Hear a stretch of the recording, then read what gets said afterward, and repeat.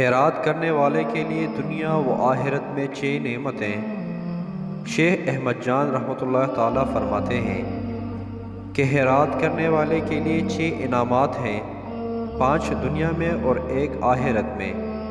دنیا کے 5 انعامات تو یہ ہیں: نمبر 1، اس کا مال پاک ہو جاتا ہے۔ نمبر 2، اس کا جسم اندر سے پاک ہو جاتا ہے۔ نمبر 3، اس کا بدن کی بیماری ختم ہو جاتی ہے۔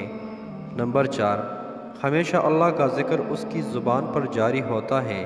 نمبر 5، وہ شخص موت کی وقت بآواز بلند کلمہ شہادت پڑھے گا۔